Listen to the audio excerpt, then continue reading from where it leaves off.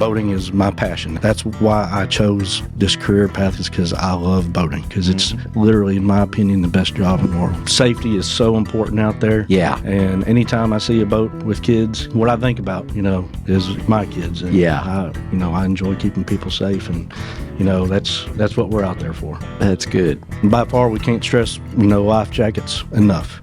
So definitely, as much as we mention it, the reason why we mention it so much is because that is the most important piece of equipment. If you're wearing it, you should be wearing it, that you need to have in order to go home safely. Yeah. Check your fire extinguishers. I would say that 50% of the fire extinguishers that I check on a boat are usually no good, because they lose pressure. If your boat is 16 feet or over, you got to have a throw cushion and proper display of registration. That's one of our most common enforcement stops. That's the biggest tips I can give folks, is check your registration, make sure it's still up to date, make sure it's displayed properly, and have all that safety equipment. The award-winning Tennessee WildCast is on the air with the latest on hunting, fishing, boating, wildlife watching, and all things outdoors. Make welcome your host, drummer and outdoor expert novice, Jason Harmon. Hello, everybody, and welcome to this edition of Tennessee WildCast. We're glad you're tuning in. Thanks for watching, for listening. We got a great show lined up for you today. Mr. Don King. Yes, sir, Jason. Thanks for the invitation, and I'm glad to be co-hosting with you today. Yeah. We're going to talk some boating, since the weather's changing, people getting ready for Memorial Day, all that kind of stuff. Yep, for sure. Looking forward to it. Yeah, it's, we can never, is that double negative? We can't ever talk enough about it, right? Can't never talk not enough about it. Yeah, that's correct. Yeah, you're right. I mean, reminding folks about what they need to be doing to be safe on the water is something that we kind of live by here. Yeah.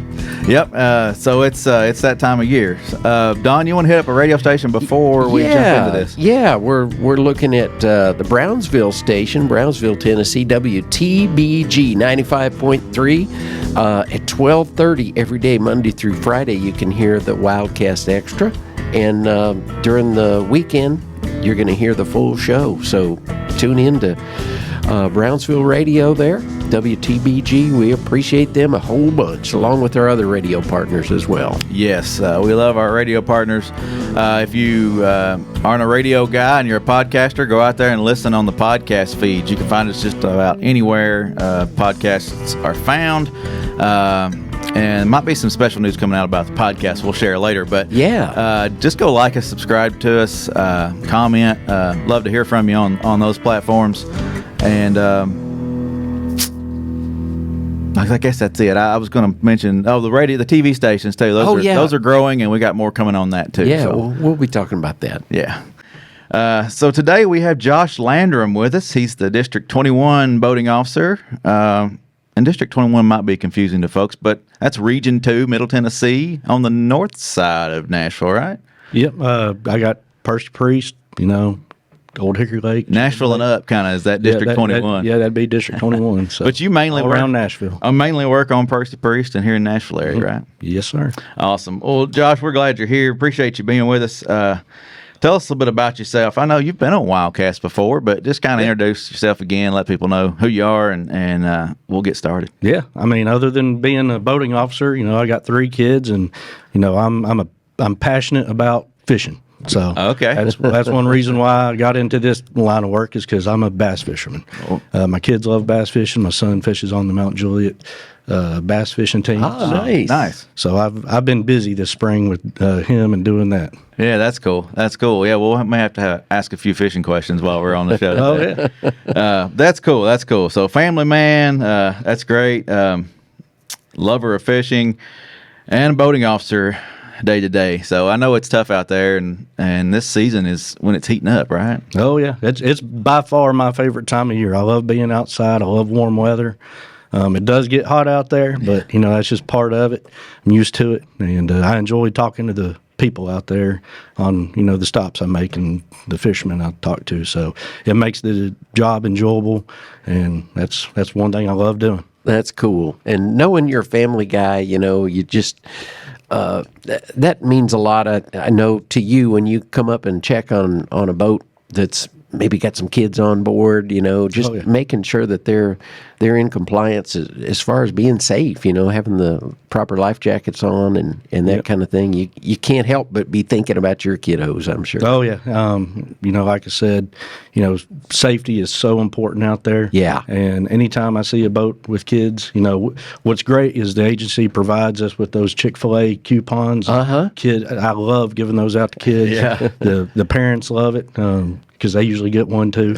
But yeah, I'm always, that's what I think about, is my kids. And Yeah. I enjoy keeping people safe, and that's what we're out there for. That's good. Good deal. Well, and you spoke about the bass fishing team too. That's important. I know those guys out there, they don't stress that enough. I mean, that's wearing your life jacket while you're on that bass boat, fishing with that team and things. That's important too. Yeah, the high school bass fishing trail here in Tennessee is ran really great and professionally. They had one of their last tournaments on Cheatham Lake, and me and Sergeant Brad Bagwell were out there on the boat, and I was extremely impressed about how the tournament trail was ran and the safety that all the captains and the kids that are fishing it were showing. So it was really impressive, and I love it that my son's a part of it. Yeah. Hey, some parents do travel baseball, some do travel soccer, basketball, that kind of thing. Mm-hmm. So that's neat to see the fishing is kicking in like that as well. And as much as I've been around the state, I'd never been to Normandy Lake until this year. Oh wow! And so it was fun to see it, and I was really surprised how small of a body of water it is. So anyway, I've gotten to see some new places myself just through him. All right, That's neat. cool. Yeah, well, I'm going to jump ahead since you mentioned not being on Normandy before. I mean, as an officer, you may get assigned to a certain county and work a county for a little while and then move to another county that you kind of want to be in when that spot opens, if you can get that transfer. But and you may end up working a certain body of water and never seeing another one. So talk about how an officer's position works and the role works and how they kind of move around or can move around. Yeah, so I started out in Houston County. So being in Houston County, it's right up against Kentucky Lake, so I got to work Kentucky Lake. And then, just whenever openings, when an officer retires or transfers into a different position, other counties will come open. And I was in Houston County for 1 year, and Davidson County came open. And so, I transferred. Not many people have ever transferred into Davidson County. Usually people transfer out of Davidson County, but I'm one of the few that's transferred into Davidson County, and I was the Davidson County Wildlife Officer for about 2 years before the District 21 boating position came open. And like I said, boating is my passion. That's that's why I chose this career path, is because I love boating. Gotcha. Yeah. And so when that position came open, I transferred right into it, and so here I am. All right. Speaking of career paths, Jason, have you got an update on when they'll be looking at recruiting new folks for the next class? Yeah, the application dates for the next class is September 28th through October 18th. So that's when you can get your name in the hat. To become an officer and go through the process of interviews and things like that. So yeah, that's when it comes up, and I think there'll be close to 15 slots available. And I know we're also talking to kids that like Josh's son's age that is looking down the road. What do I need to be studying in college or even high school to kind of prepare myself for this if that's what I want to do? Tell us a little bit about that, Josh. Yeah, so part of our jobs, which a lot of people might not realize, is we go to schools, on ag days when they might have their ag day. 4-H stuff. Yeah, 4-H stuff. So we get a chance to talk to a lot of kids in school, a lot of high school seniors, freshmen, even smaller kids. But if the best way to get one of these positions is go to college, and that's what we tell them. You got to go to college and get a degree in some type of natural resource management. I went to UT Knoxville, the best school in the world. Go Big Orange. There you go. Highly recommend it to anybody. But get that degree, and then just watch for these application dates. It's very competitive. So, while you're in college, I always tell students also, make sure you're doing some internships that matter. Do some type. I did an internship with the NRCS. and I worked with the wildlife biologist over in Knoxville, and that went a long way on my resume. Oh, yeah. So that's one of the best things that once you get into college that you can do is those internships are highly important. Make the most of those summer breaks. Yeah. Yep. Yep. And go in with an open mind and the openness to move around and that kind of thing, because you really got to jump in there when you can. You may end up in a county or you don't want to be in, or an area of the state you don't want to be in, but you can work your way out, kind of like what you did. So I went to UT Knoxville and I graduated, and I wanted to be a game warden, so I put in for multiple states around us. And I got hired on in Alabama as a conservation enforcement officer in 2008. So I stayed there, got experience. I loved the job down there. It's basically the same type work. So I was a conservation enforcement officer down there from 2008 to 2011, and got the chance to come back here and went through the application process with TWRA and got hired on here in 2011. So, you got to be open. Got to be open to go anywhere. I mean, it's competitive. So, yeah. And you kind of fell into your love. I mean, the boating and the water side, but an officer could be in the field, in the truck rather than the boat, right? Yep. There's there's only a handful of full-time boating positions in the state. I believe there's 9 total across the state. So, there's only a handful of them. So most of the time, if you hire on, you're going to be a county wildlife officer, which we all do the same thing. It's just kind of how you code your time and what you are supposed to be spending the majority of your time doing. Right. So. But because I still get out there and work, opening weekends of deer season and turkey season, so I'm still out there helping out, the county guys. But my main job responsibility is boating enforcement. And then wildlife officers, if they've got a body of water close by, I mean, they're tasked with working the water as well, aren't they? Yep, that's correct. Yeah, and especially once summertime hits, all the officers and across the state, if they've got water in their district, they're expected to go work it. So, but it's fun. I mean, that's why we're all on the job, because it's literally, in my opinion, the best job in the world. Yeah. Well, let's jump into some of the boating specifics here, so folks that are listening and watching will know what they need when they get out there on Memorial Day weekend, or even sooner. I mean, it's warming up. It's time to get out there. What's some of the obvious things that you need? I know we touched on those kids wearing the life jackets and life jackets in general, but what's some other things that make sure you got it when you head out? Yeah, and by far we can't stress life jackets enough. So definitely, as much as we mention it, that the reason why we mention it so much is because that is the most important piece of equipment that you can have if you're wearing it, and you should be wearing it. That you need to have in order to go home safely. Yeah. But other than that, like you said, Memorial Day weekend's coming up. This usually is the kickoff weekend for most families that own boats. So their boat might have been stored for the past, 7 months or so. Yeah. So it's always important, check your fire extinguishers. I would say that 50% of the fire extinguishers that I check on a boat are usually no good. They're usually expired. Man. Yeah. So that is what I found personally that people really need to check is those fire extinguishers, because they lose pressure. I mean, over time they get old. You might have bought your boat 20 years ago and have never even looked at it. So make sure you check those fire extinguishers. If your boat is 16 feet or over, you got to have a throw cushion. So check that, and proper display of registration. That's one of our most common enforcement stops is improper display of registration, whether the registration is expired or the numbers aren't displayed properly on the boat. So, that's the biggest tips I can give folks is check your registration, make sure it's still up to date, make sure it's displayed properly, and have all that safety equipment. Yeah. Well, and some things that I forget about too, we were talking before the show, is like you're out there checking fishing rigs as well. Oh, yeah. You're not just checking the boater to make sure he or she's got life jackets and fire extinguishers, et cetera. But those fishermen out there who are, bringing in a creel, you're making sure those guys are in compliance too. Yep. We're fortunate, here in Tennessee, we have some of the best fisheries, in the nation. Yeah. And so, we're out there checking creel limits all the time. Again, I work priest, so the springtime fishing season was awesome. Lots of hybrids caught, lots of crappie caught. So it's been a real good spring for fishing here in Middle Tennessee. So where were those crappie caught? Honey hole. I believe my microphone's breaking up. Didn't hear that question, did you? Yeah, so I was just going to highlight a little bit here, Priest. That's where you work most time, but like that's 30 per day in combination of all species of crappie. So 10-inch minimum, largemouth 5 per day, largemouth, smallmouth, spot bass.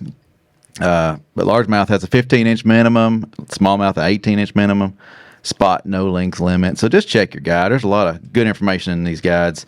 The fishing guide this year. You've got the small versions if you haven't seen that, and there's also the larger. Yeah, but this fits in your tackle box really nice. And like you said, the big thing there is people need to know that those creel limits and size limits can change from lake to lake. So Yes. Yep. make sure wherever you go, you check that regulation before you go out there, so you know what you can catch and how many and what size. Well, That all plays into the management of the fishery. Yeah. They go out, and our guys go out, the biologists are out there shocking and sampling and, taking data from what they find and basing the creel limits on that. Yeah. So Marrowbone Lake here in Davidson County this past week, our fisheries crew was out there shocking up fish, and they have known that they found that it's stunted on bass, so they removed some stunted bass. Okay. So which is great for the fishery. So our fisheries guys are excellent. I applaud them for what they do. yeah. yeah. Well, and it goes back to going to school. I mean, you're going to school for fisheries, for wildlife, for natural resources of some type. You could maybe find you a spot as a biologist, not an officer. But Yeah. exactly. So there's all kinds of opportunities here at the agency. I know it's tough sometimes to get in. There's windows and things, but it's a great place to work, and you're working for the state. It's nice. And there's room to teach, too, which is what we pulled Josh away from today to get him to come do this. Yeah, going back to new officers, this last class, they're finally, they hired on, I guess, last June, and here it is May, and this is their last big session of teaching, which is the boating section. It's 4 weeks long of boat training. So they're some of them have never been in a patrol boat the size of ours, so they're learning how to drive our patrol boats. They're learning about boat incident investigation. They're learning about BUI enforcement. So it's their last big training session, and I can tell you they're itching to get out. So they've been PowerPointed a lot. So. Oh yeah. But it's awesome training. I think it's some of the best training that we put on. We've got some excellent boating leadership within the agency also. So I agree with that. I'll second that. Matt Majors just moved up into lieutenant colonel, so that position's available, and I know a few folks are fighting for that. So we'll see who gets that position eventually. But we do have a lot of great boating enforcers and folks in the agency. And Josh just mentioned BUI, and tell us what's new along those lines, Josh, this year. Yeah, so there's been some legislation go through that, which is excellent legislation. It's all about, again, safety. One of our main goals is to identify and remove impaired operators off the waterway. And we never want anybody out there impaired. It just obviously creates a really bad safety situation for families, for anybody. Yep. So they had some legislation passed this year that goes into effect July 1st that puts all the penalties for BUI the exact same as DUI. So we're, the thought is to help prevent and before it happens. And we're hoping, that's what this will do. That's right. And just a shout out to some of the legislators that were responsible for that. The bill sponsors, Senator Becky Massey, and on the House side, Representative Dale Carr were the sponsors of the bill.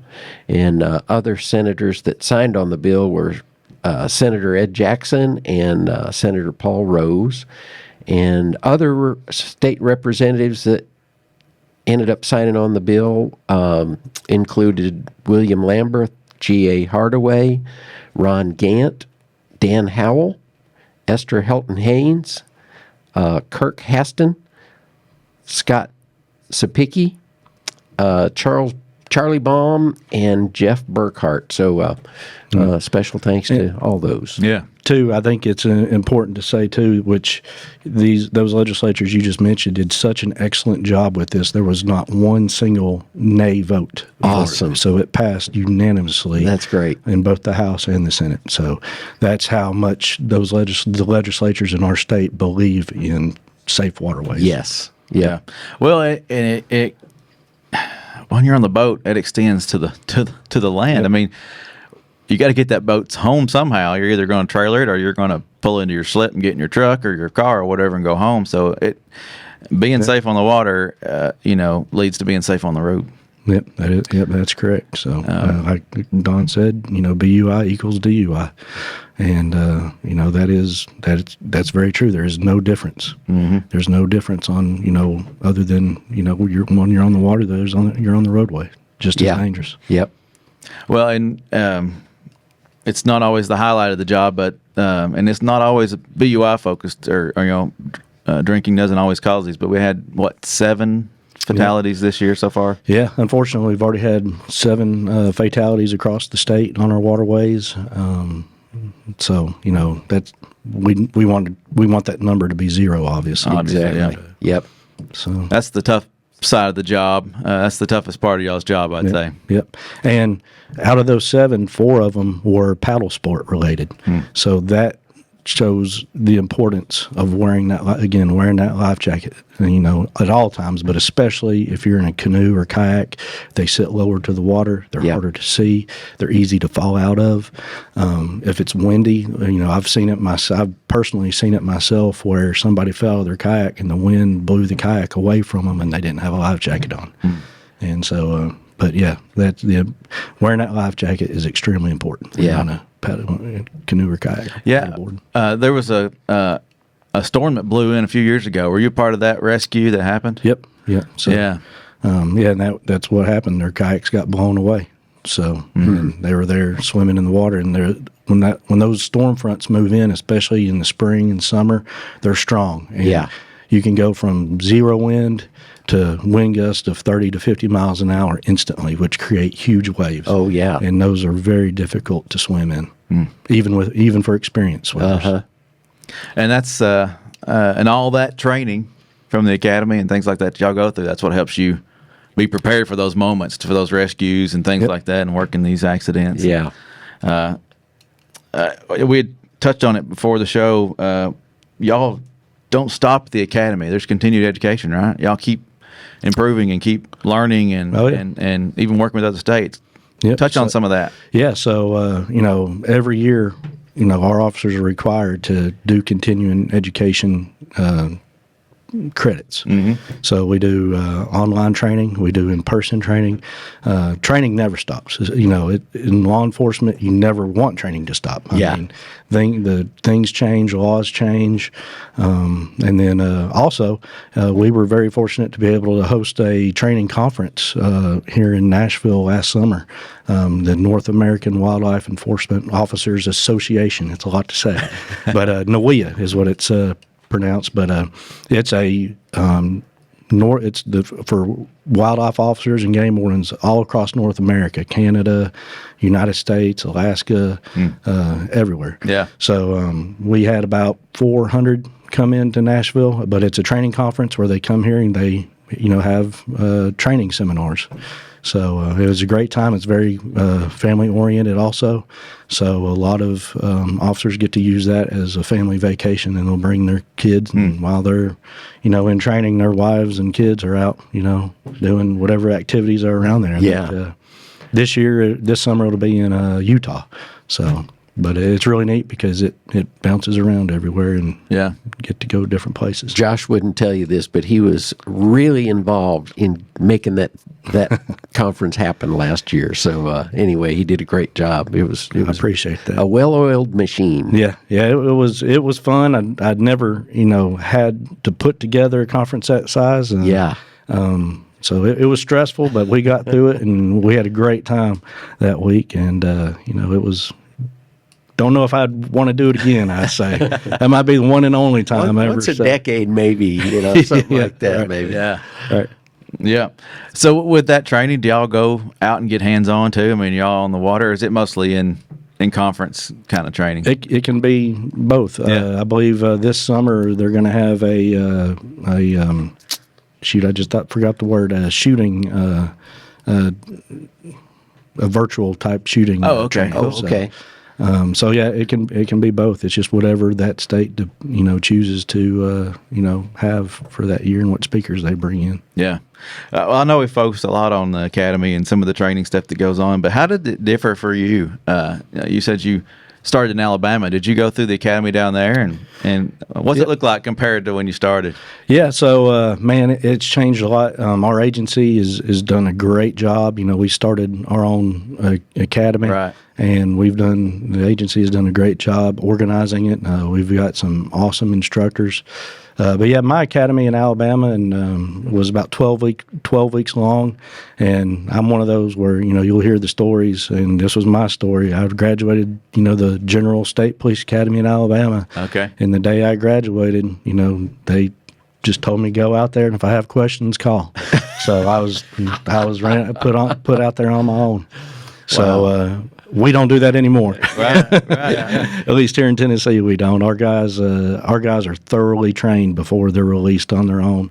They go through. And then they're still mentored, aren't they? They've got so we got kind of right along. They do 21 weeks of our academy, then they graduate the academy, and then they do another 4 or 5 months of FTO training where they're with FTO, a field training officer. The entire time they're working before they get to be released out on their own to work solo. So it's very structured. It's very professional. We're putting out very well-educated professional officers into the field. Yeah. And the agency's done an excellent job setting that up. That's awesome. Yeah, that's think, good. I think they do an amazing job. Very professional officers in this state. Hopefully the next graduation won't be the first part of December when it's It was cold. 15 degrees out there, I think. It was cold. And then they decided to do it outdoors and live stream it. Wow. We might be going, since they're doing the hiring in September, October, the process begins September, October.